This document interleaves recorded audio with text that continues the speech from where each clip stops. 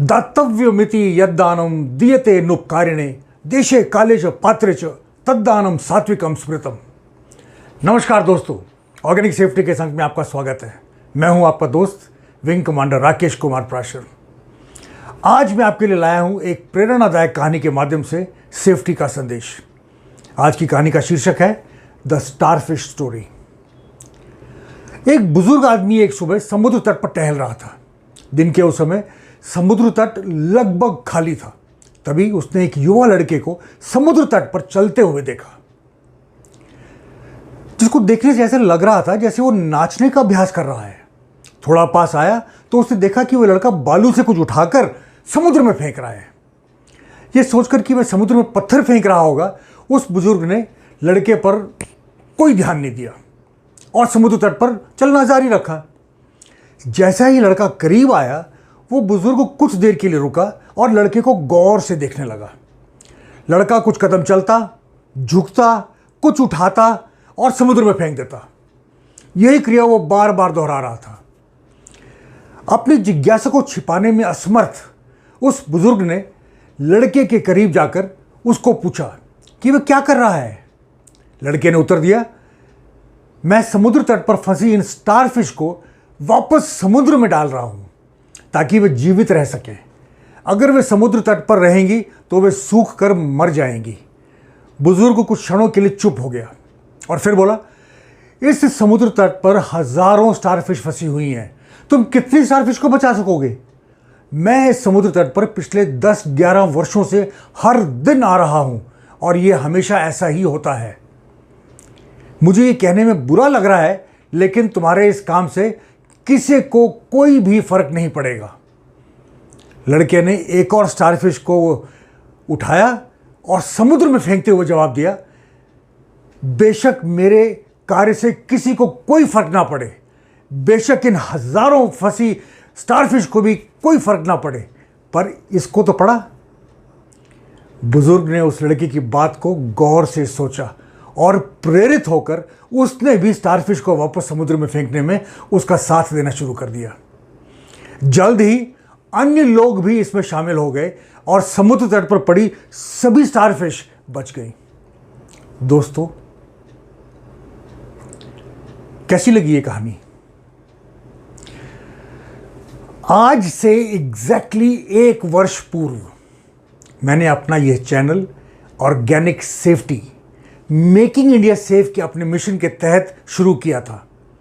तब मैंने आपको प्रॉमिस किया था कि हर महीने एक वीडियो अपलोड करूंगा। आप सबके प्यार और स्नेह के कारण अब हम हर हफ्ते एक वीडियो अपलोड कर रहे हैं। आज तक हम 22 वीडियोस अपलोड कर चुके हैं और हमारे साथ हमारे इस मिशन में 1000 के करीब सब्सक्राइबर्स जुड़ चुके हैं। आप सबके इस प्यार और प्रोत्साहन के लिए बहुत बहुत धन्यवाद। मुझे याद आता है मजरू सुल्तानपुरी का वो खूबसूरत शेर, मैं अकेला ही चला था जानिबे मंजिल मगर, मैं अकेला ही चला था जानिबे मंजिल मगर, लोग साथ आते गए और कारवां बनता गया। दोस्तों, आज मैं आपसे एक अनुरोध करना चाहता हूं, हमारे वीडियोस अधिक से अधिक लोगों तक पहुंचाएं और हमारे मेकिंग इंडिया सेफ के मिशन के तहत हमारी कर्मभूमि अर्थात हमारे कार्यस्थलों को रणभूमि बनाने से रोकने में हमारी मदद करें। दोस्तों, आज के वीडियो की शुरुआत मैंने भागवत गीता के एक श्लोक से की थी, जिसका तात्पर्य है कि कर्तव्य के भाव से जो दान किसी जरूरतमंद व्यक्ति को निस्वार्थ दिया जाता है, वह दान सात्विक दान माना जाता है। भागवत गीता के अनुसार जब कोई व्यक्ति दूसरों के सुख दुख के प्रति कोई कार्य करता है, जैसे कि वे उसके अपने हों, तो वे सर्वोच्च आनंद को प्राप्त कर लेता है। दोस्तों, हम कितनी बार अपने एक्शन से किसी की जिंदगी में फर्क लाते हैं? कभी कभी छोटी छोटी चीजें जुड़कर इतनी बड़ी चीजें को अंजाम देती हैं जिसके बारे में हम सोच भी नहीं सकते हैं। वो स्टारफिश जिन्हें उस लड़के ने बचाया था, आगे चलकर लाखों और स्टारफिश को जन्म दे सकती थी।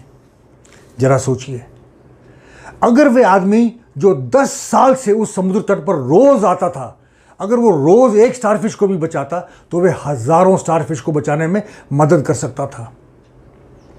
तो अगली बार जब भी आपको किसी की एक छोटी सी भी मदद करने का मौका मिले, उसे अवश्य करें। बेशक इससे आपको कोई फर्क पड़े या ना पड़े। Remember, it can change the world for someone. आपको याद होगा कि मैंने अपने एक पहले वीडियो में कहा था, life is not about making money, it's about making an impact. दोस्तों याद रखें, हमारे श्रमिक अत्यंत कठिन परिस्थितियों में काम करते हैं, जिनमें हम काम करना तो छोड़ो, खड़े होने में भी शायद सक्षम नहीं हो। वे हमारी बिजनेस गोल्स को पूरा करने के लिए अपनी जान हथेली में लेकर काम करते हैं। इसलिए उन्हें क्या मिलता है? केवल 2 वक्त की रोटी। क्या हमारा फर्ज नहीं बनता कि हम उनके साथ सम्मानपूर्वक व्यवहार करें? और यदि आपको कोई कर्मचारी असुरक्षित कार्य करता हुआ नजर आए तो don't walk past till you correct the situation. As Maya Angelou rightly said, people will forget what you said, people will forget what you did, but people will never forget how you made them feel. केवल इतना करने से ही हम अपने कार्मिकों को यह संदेश देंगे that we care. इससे हम केवल अपने कार्यस्थलों में दुर्भाग्यपूर्ण और अवांछित दुर्घटनाओं से ही मुक्ति नहीं पाएंगे, साथ ही साथ हम यह भी सुनिश्चित करेंगे कि हमारे सभी प्रोजेक्ट्स सुरक्षित रूप से, समय पर और सर्वोत्तम गुणवत्ता के साथ पूरे हों। याद रखिए, हमारे कार्यस्थल में एक श्रमिक की मृत्यु से संगठन को कोई फर्क नहीं पड़ता है। अन्य कर्मचारियों पर केवल कुछ दिनों के लिए ही फर्क पड़ता है, पर उस श्रमिक के माँ बाप, भाई बहन, बीवी बच्चों की तो दुनिया ही तहस नहस हो जाती है। अगर आप अपने जीवन में खुशियां लाना चाहते हैं तो पहले दूसरों के जीवन में खुशियां लाइए। खुदा भी अपने रहमतों को उन पर बरसाता है, खुदा भी अपने रहमतों को उन पर बरसाता है जो मदद करने के लिए अपने हाथ को आगे बढ़ाता है। दोस्तों, जाने अनजाने में हम मदद को पैसे और सामग्री दान करने से और सेवाएं लेने से ही जोड़ते हैं, पर क्या आपको मदद का असली मतलब पता है? मदद 2 शब्दों को जोड़कर बना शब्द है, मद और द, अर्थात मद को देने वाला। मद का मतलब होता है खुशी, आनंद, सुकून या प्रसन्नता। तो मदद का असली मतलब निकल के आता है ऐसा काम जो खुशी, आनंद, सुकून या प्रसन्नता प्रदान करे, जिसका तात्पर्य है कि मदद करने से खुशी, आनंद, सुकून और प्रसन्नता की प्राप्ति होती है।